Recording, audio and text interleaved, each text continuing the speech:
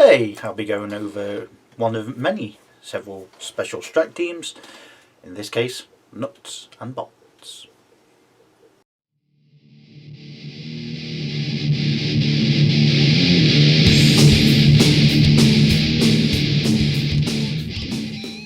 Mantic have been doing this thing where they've been making several strike teams, not just from existing models but also from new ones, mainly from the Vault, which is their 3D printing subscription service. They've also compiled all the special strike teams that they've got at present to put on their Mini Factory campaign. This has meant they've put a lot of Deadzone stuff for 3D printing on there, such as terrain, strike teams and other such things. I'll probably do a video at some point labelling, well, showing what I think about the 3D printing thing and all its strengths and weaknesses, but this is not what this video is about. This one is one of several that's going to go over the several strike teams. I could have done this many months ago, but I wanted to make sure that there weren't going to be any or many changes to them. And from what I can see, they've not done many now. They did do a few for the first, I think, 2 or first 3, but I think now, I think they're about sorted somewhat. For these videos, because I need to look on the computer for everything, you'll just see me as a giant floating head. Now, that's a bit better. You can see my hand a little bit now. This one is going over nuts and bolts, which are basically goblins. Now, people have been asking for goblins to be put in Deadzone for quite a long time as troops and a leader option. Unfortunately, we don't get that. We've only got them as specialists and support. I suppose they've got one leader in the Gruntbot Gaffer, but a goblin on their own sort of thing. But we shall see how they go. I'm going to do these a little bit differently than my other run-throughs of the factions, in that, yes, they've got troops, commanders, living legends and the like, but really these are condensed strike teams. Basically what you've got here is what you've got. You do not get options, you do not get to give them equipment, that's it. All of them are straight 200 points and you don't get to modify them. Some of the options should be put into the specific factions properly, like some of these could be put into the Marauders, and some of the others we look at should really go into some of the others. I'm not going to go through the commands separately, I'm just going to go straight through them. So every special strike team has their own special rules or specialist operations. Some have got more special rules, but all of them have got specialised operations.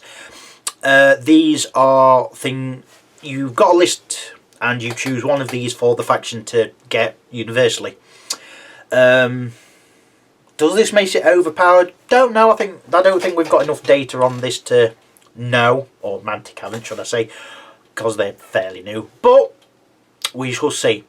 So, after deciding which scenario to play, but before recon rolls, choose which of the following army-wide special rules. If one player has this option, if more than players have this option, choose in secret and reveal it simultaneously. So, you've got a choice of between strength in numbers. Every model in this strike team has the headstrong and horde keywords as long as half your strike team by model count remains on the battlefield. Okay, horde for nuts and bolts is quite good.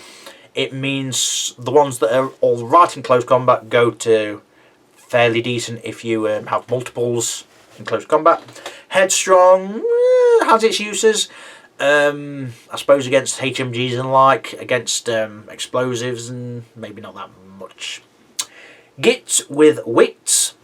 Models with the evade keyword may either re-roll a single survive die or use a standard evade keyword after being targeted by a shoot action. Decide before any dice are rolled. In addition, When they are surviving as part of an assault action, are neither killed or pinned, they may move into an adjacent cube without triggering any further assaults. So it's not clear on the wording if this means your opponent gets a free strike. I would assume it does not, which is quite nice. It means some of the models get to make a, well, potentially will get to make a shoot action and get to shoot the target in the open, which, yeah, why not? Yeah, it's alright, I think. It's alright. Next is Goblin versus Goliath. When rolling a fight or survive in assault, or to survive against a opposed range X attack, if the enemy model involved is a larger size than the friendly model gains +1 dice modifier. Cause why not? That's funny. So let me get this straight. The person that's firing could be a Strider with a Polaris cannon firing at a Goblin. The Shatter Streak, for example. We'll get onto that a bit later on. Shatter Streak's a basic Goblin, so size 1. The Strider's size 4. Shatter Streak gets 4 dice for the survive. Oh dear, that's quite fun. I'll probably take that one actually. There's one more. More explosives. We need more explosives. Any friendly active model triggering boom may do so as a free action. Mostly it's a special action.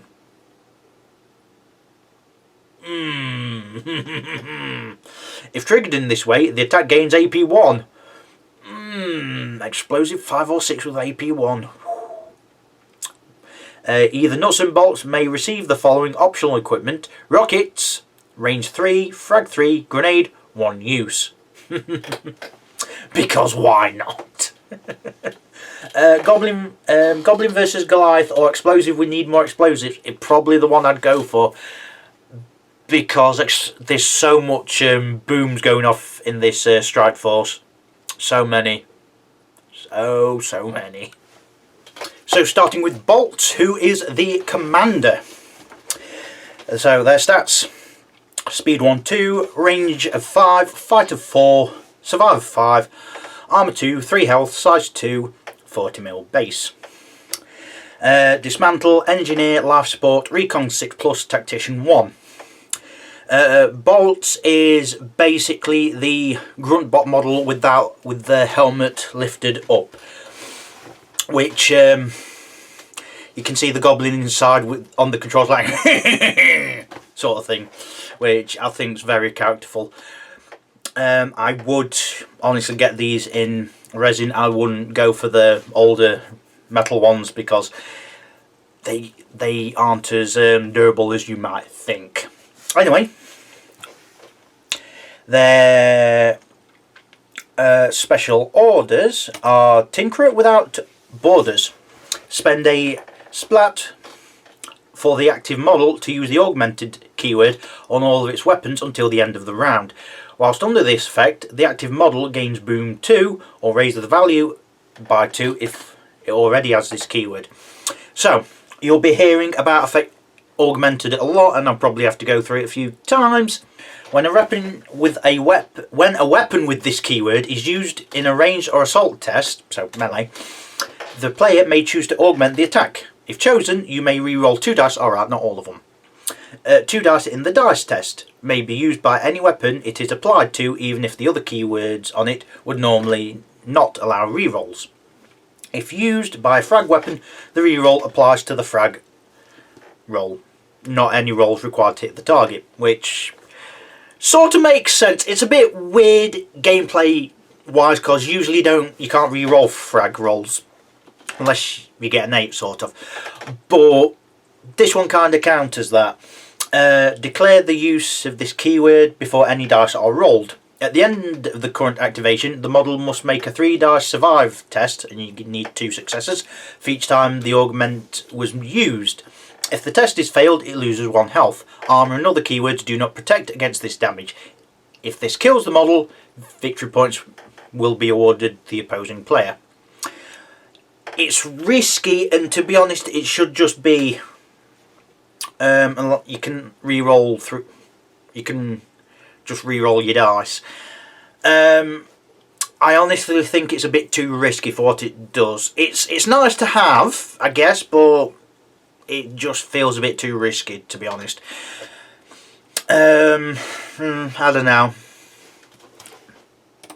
It's nice to have that option, I guess. It's nice to have that option. Boom is a big thing for this special strike team, and for some of them, having Boom 2 on already for what they've got is ridiculous. It's very ridiculous, but we'll go to that when we get there. Bolts' weapons are combined weaponry, close combat weapons only. AP2, Frenzy 1, Tenacious, and Bolts is worth 3 victory points. For all these special strike teams, under the commander, it will say the points cost is 200. That is for the entire list. That isn't just for the commander, that's for everything. I don't know why they put it under that commander and just not spread the points out. I suppose it's because this is all you get and you don't get anything else. I suppose, although I would have just taken the points costs off and just said in the corner, as it says, 200 points. That's it. Job done. But, I don't know. Bolts isn't a bad leader. His splat usually would be situational, but augmented, you get rerolls. This is a big risk, I think, attached to it, but you've got options. Options are mostly good in this case, and having the boom thing I think is more beneficial than a penalty, because chances are you'll be split up going, all your models will be split up going whichever way you want, and there's so many models with boom attached anyway, so I think it's just a plus if anything else. Bolts himself isn't bad. It is just basically a grunt bot that's got tactician, and that's it really. Fighting on 4s, 2 dice, frenzy 1, and tenacious. Yeah, sort of shades of alright. 3 health and armour 2. Nothing wrong with that. Next we have Finner Firebottom. Speed 1, 2, range of 5, fight of 7, survive of 6, no armour, 2 health, size 1, 25mm base. Evade and hacker. It's just a little goblin running around. With a range 2 flamer, so it burns and worth 1 victory point. Now, someone pointed out to me that evade means you get to move around if you get shot at, even if you don't take any damage, which is cool. Hacker is very situational depending on the objectives. It also can mitigate some weapons such as traps, which is nice. Otherwise, it's just a goblin with a flamer. To be honest, because it's a special strike team, I would have liked these goblin survives to be a lot better than 6. There's also some other things you can do for things such as smoke. That's also something that's very usable in this group, but I don't know for the Finny Firebottom. It's too short range on. And fighting on 7s and surviving on 6s. The smoke, if you can pull it off, will help, but I think Firebottom is just... the model looks nice, the model looks really good, but in terms of gameplay, I don't think it burns weapons are beneficial on basic goblins, to be honest. Next we have Crazy Gobby. Can you guess who it's based on? Speed 1, 2, range of 5... Fight of 5, survive of 6, no armour, 2 health, survive of size of 1, 40mm base. Aerial deployment, boom 2, evade, gas cloud, smoke, jump pack. I'd have thought it'd be speed 1, 3 to be honest, because you've got a jump pack and it's quite a big one. It's basically a goblin version of the skyscraper.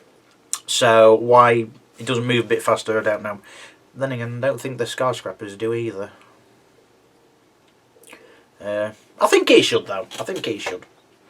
He comes with a pair of talons, which are close combat, AP2, friends 1, and tenacious. So it's basically like bolts as close combat weapons. Aerial deployment is a crucial thing here. I think it means you can get the boom off where you want a lot more effectively. And also the gas cloud smoke all means where he lands you can drop smoke down. And it's not a one use only thing, you can keep doing it and doing it and doing it. So I think that makes Crazy Gobby very, very useful. He's got a jump back so you can jump over places and not take damage from falling, which is nice. He fights on 5s in close combat. You don't want him in close combat, even though he is not bad in close combat. He's not your best one. Things such as bolts are really good in close combat. But Crazy Gobby is more of a support model, I feel, more than anything else. Next we have Clunk Spark Wrench. This model is basically the Dungeon Saga Origins goblins carrying the big bombs, the Bangits, I think they're called. It's basically that model but on a round base. So basically that model. So if you've got any from Dungeon Saga Origins, you've got 3 of them, but you can only use 1. Speed 1, 2, range of 5, fight of 7, survive of 6, armour 1, 2 health, size 1, 25mm base. He's got boom 5, yeah, evade, which I don't know how evades considering how big the bomb is he's carrying. So it comes with the biggest one, which is range 2, frag 5, grenade 1 use. If your opponent is allowing Clunk to get close enough to use this, they are doing something wrong. It's also got the little ones, which are range 3, blasts, evade, explosive, smoke. This is a double-edged sword, but it does have its uses. On the one hand, it's got explosives, so that means if you use it on the square with friendly models, they go flying. If you use it on an empty square, then nothing's in it. But the smoke thing means that anyone in it is really hard to hit at shooting purposes. So again, it's another way to get smoke out, and Clunk can really help that smoke go far. Especially if you've got a lot of shoot command dice, he could just chuck out a load of smoke really easily, I think. Plus, mixed with Crazy Gobby, you've got a lot of smoke in this faction going off, I feel. Stats wise, like I say, he's a support character. Even that biggest one shooting attack kits on 5s, which you've got to be close for it to work. Model wise, it makes sense it's only range 2, but gameplay wise, I think it should be range 4, to be honest. I think both of his attacks should be range 4, to be honest, but that's just me. Oh, and he's worth 1 victory point. So Clunk's worth 1 victory point, and so's Crazy Gobby. Next we have Ugg the Hulk. Now, all Hulks should have what this has, to be honest. But that's just me. Speed 1, 2, range of 4, fight of 5, survive of 4, armour 1, 5 health, size 3, 40mm base. Has his Hugh Cannon, as all Hulks do. Range 12, AP 5, heavy. So can't move and shoot with it like all Hulks can't. But he also has Cannon Smash, which is close combat. Knockback, Smash 1. This means he'll have 4 dice at close combat. Chances are he'll usually have 5 because being size 3, chances are you will be bigger than most of your opponents. He's good in close combat, really good at range. Yes, he can't move and shoot because it's a heavy weapon. But let's face it, with armour 5, unless you've got energy shields, yeah, good luck surviving much against that. You'll probably be dead in, what, 2 turns, maybe 3 at most. Depends on you survive, I suppose, but shooting on 4s, that's really going to help you, I think. But in close combat as well against squishier opponents, it's not going to do too bad either. Not going to do too bad. I suppose even if you don't increase the fight of normal Hulks to 5, maybe give them Cannon Smash. I think that's what they should have, to be honest. Next we have Gritter Rocket Rider. This model is a goblin riding a Moorbeast with a dual missile launcher strapped to its head. Not the goblin's head, to the Moorbeast's head. And it's ridiculous in all the right ways. It's so much fun. just looking at the thing. Speed 1-3. Ugg is 3 victory points, by the way. Yeah, so Gritter, speed 1-3, range of 5, fight of 4, survive 5, no armour, 3 health, size 1, 40mm base. Boom 2, Beast, and he's got a special order, which I don't know why it's called a special order. It just basically happens when the effect activates. You don't need to do a splat for this. I don't know why they put it a special order. They should have just put it as keywords, to be honest. It just seems it's just confusion for the sake of it, to be honest. So Flighty, if Gritter rolls 1 or more 8 results when rolling for frag, he scatters 1 cube after resolving the attack. This is because it's a Moorbeast that's getting frightened from the explosions. There, see kids, even in wargaming, dogs do not like fireworks. Which actually I think is a benefit rather, well, mostly a benefit. If it scatters forward, it could go into one of your things, one of your opponent things, sorry, but if you scatter it backwards, it could mean you're more into cover and where you want to be. It's got a missile launcher, which is range 5, explosive frag 3, which range 5 ain't bad for it. And it's also got chain more, which is close combat, AP 1. So it's not bad at close combat. Interesting at range. I'd like to see how that works. It's also got Boom 2, which I don't understand why it's got Boom 2, but like I say, exploding is one of this faction's many talents. It's also pretty fast. Sprinting up to 3 cubes. Nothing wrong with that. It's also got Survive 5, which I'm assuming that's more to do with the Moorbeast rather than the Goblin. Yeah, it's alright. It's alright. Knocking frags about, blowing people all over the place. Yeah. Gritter is worth 2 victory points. Next one is Zin, or Sin. I don't know if it's pronounced like that. Sculpt Shot. Speed 1-2, range of 5, fight of 7, survive 6, no armour, 2 health, size 1, 25mm base. Evade and Hacker. Comes with a sniper rifle, range 8, sniper scope, 2 victory points. So it's basically a goblin sniper with evade and hacker. The model looks really nice. Snipers are always good. Goblin snipers are the epitome of ranged glass cannons. They can give it, but they really cannot take it whatsoever. If you are able to get that sniper shot off, then get him into cover where he cannot be seen whatsoever. Otherwise, he is just going to go down so quickly. And being worth 2 victory points, he is one of the more expensive models in this list. He's not the most expensive, but he is one of the more expensive. Next, we have Nuts. Oh, grow up. Speed 1-2, range of 5, fight of 5, survive 5, armour 3, 5 health, size 4, 60mm base. This is basically a goblin stunt bot with a little bit extra. Dismantle, fire control and walker. See? It comes with a Hue cannon, range 12 AP 5, a thermal cannon, range 4 AP 1, and a cannon smash, which, just like the Ugg one, close combat, knockback, smash 1. So he's got a bit of close combat, and he's worth 4 victory points. I really wish the thermal cannon was longer range. Having it at range 4 means nothing. And the AP 1, again, it means nothing. It should be at least range 6, to be honest, just to make it have some sort of impact.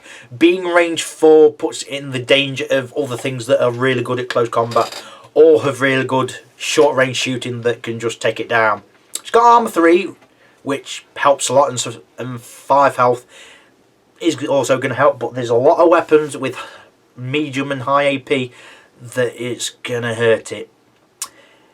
But you could use that to your advantage. You could use it to take most of the enemy fire. that's an option. Also, because of Crunk and Crazy Gobby, you could put smoke down and yeah, have nuts go into it, so he's stuck in smoke and can't hurt him. I think that's how you're supposed to do it, to be honest. And yeah, if you can make it work, you can make this faction sing, I think, if you know what you're doing.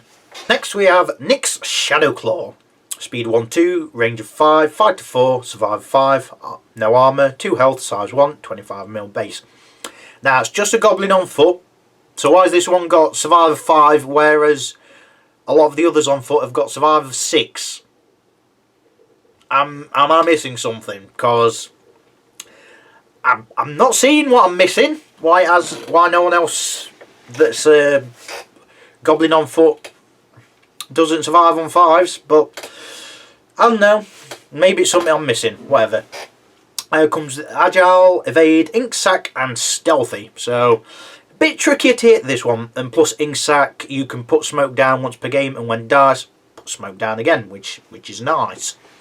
Comes with an overclocked pistol, which is range 3, rapid fire. So you've got a chance of suppressing, which this strike team, this is the only way it can suppress. Although I suppose you've got the explosions. That will pin a lot. So okay, if you don't want explosive pinning, then this is the only way to do it. Also got a Ripper Talon, which is close combat, AP1, tenacious. Fights on 4s in close combat, AP1. It's alright, it's all shades of alright. 1 victory point. The Ink Sac and Stealthy will really help. I suppose the Ink Sac is to show Nyx has got a smoke grenade, I suppose. Although why he doesn't show it's got a smoke grenade on its gear, I don't know.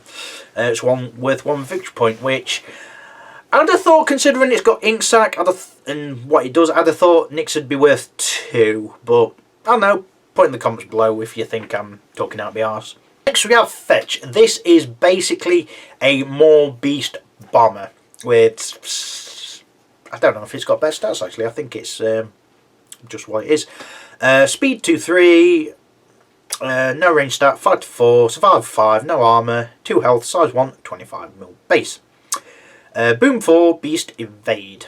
I don't know if normal more beast bombers have got evade, but this one does. I think that's the only thing that makes it different. Comes with a Chainmaw, which is close combat, AP1, and it's worth 1 victory point. If you make this explode and you put the splat on, then it will be Boom 6. That is going to hurt a hell of a lot. And it is quite quick.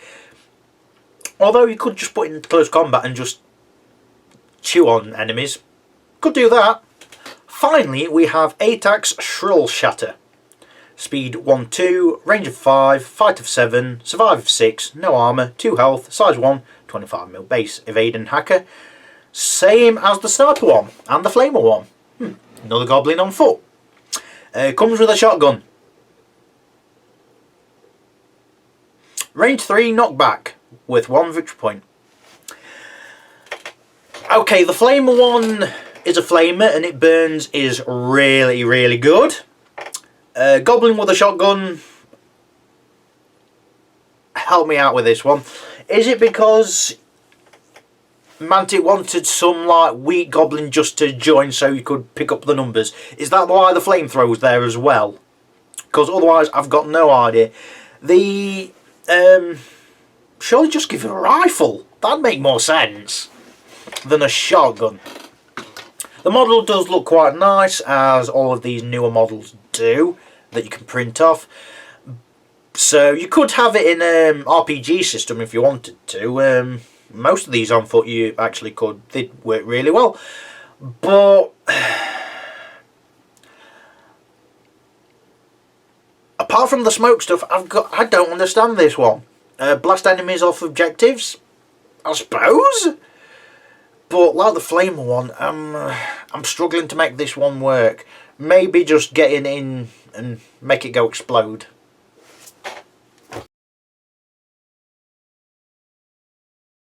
On the face of it, Nuts and Bolts does not seem that great. You have got a stunt bot and a grunt bot, which is all good. Goblin Sniper, great.